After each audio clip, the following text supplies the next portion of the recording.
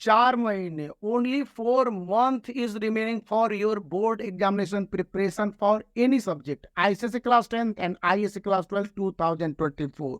और इसी बीच स्टूडेंट को अपने डिसीजन लेने हैं। अगस्त, सितंबर, अक्टूबर, नवंबर, दिसंबर, इनमें एक मंथ निकल जाने हैं डीपी से लेके जितने भी फेस्टिवल और हॉलीडेज है।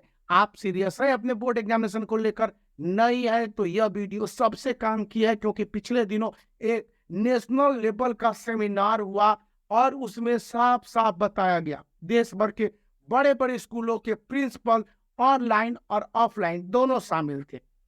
बताया गया कि आप किसी भी एक सब्जेक्ट आईसीएसई या फिर आईएससी की तैयारी में लगे हुए हैं, कोई भी एक सब्जेक्ट हो सकता है, तो अभी क्या करेंगे? अभी सैंपल पेपर बनाने का कोई मूड नहीं है, स्पेशल सैंपल पेपर की ओर नहीं जाइए। तो आप क्या करेंगे?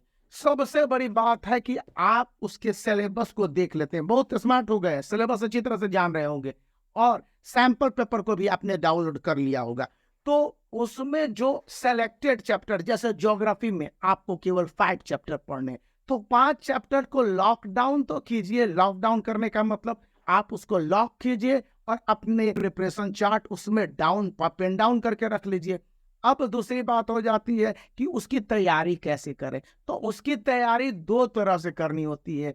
एक कि आप उसको उठा के सब्जेक्टिव और ऑब्जेक्टिव ओरिएंटेशन कर लेते हैं। सब्जेक्टिव और ऑब्जेक्टिव ओरिएंटेशन मतलब एक चैप्टर के सब्जेक्टिव तैयारी करेंगे और उसी चैप्टर की ऑब्जेक्टिव तैयारी करेंगे। सब्जेक्टिव तैयारी कैसे करनी है भाई?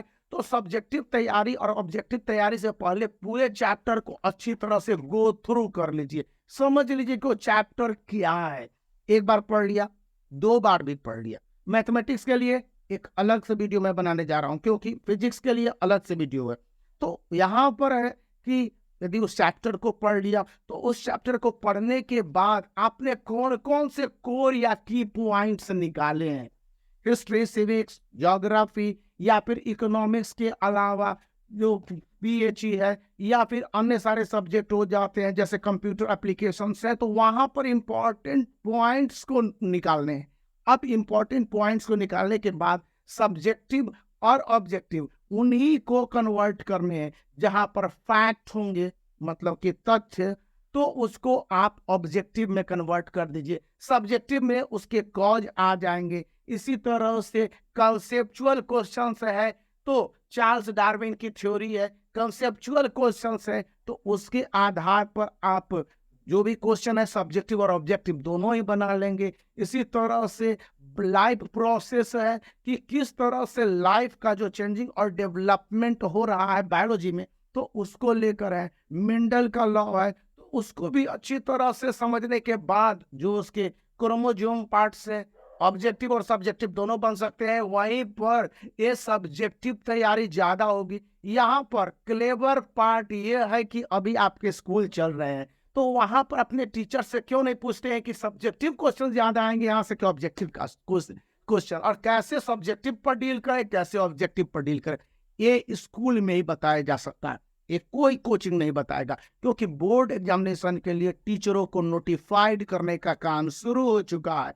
और वे टीचर जो बोर्ड एग्जामिनेशन में जाएंगे, कॉपी की करेक्शन करेंगे, 2024 में शॉर्ट लिस्टेड किया जा रहा है स्कूलों से, उनके कंसेंट अभी से मांगे जा रहे हैं। बोर्ड एग्जामिनेशन अर्ली है फरवरी में, इसलिए भी आपके लिए इंपॉर्टेंट हो जाते हैं कि स्कूल के टीचर्स जो एक्सपीरियंस्ड है, at least 10 years 12 year ICSE and ISC के, उनसे पूछिए कि आखिर में इनको डीलअप कैसे किया जाए। और जब एक बार पता चल जाते हैं तो एक ही चैप्टर को सब्जेक्टिव प्रिपरेशन और ऑब्जेक्टिव प्रिपरेशन किसी भी एक सब्जेक्ट में, मैंने फिजिक्स ही उठा लिया, क्लास 12th का ही उठा लिया और उसमें मैंने ले लिया ये चैप्टर और इसका ही डील किया। तो न्यूमेरिकल्स इसको जिस तरह से बनाने हैं, और उससे पहले हमने इसके कॉन्सेप्ट वाइज देख लिया कि ऑब्जेक्टिव टाइप किस तरह से बनने हैं, फिर इसके सब्जेक्टिव क्वेश्चन को किस तरह से डील करने हैं, फिगर बेस्ड क्वेश्चन से इस तरह से वर्क करने होंगे। और यह स्मार्ट स्टडी होगा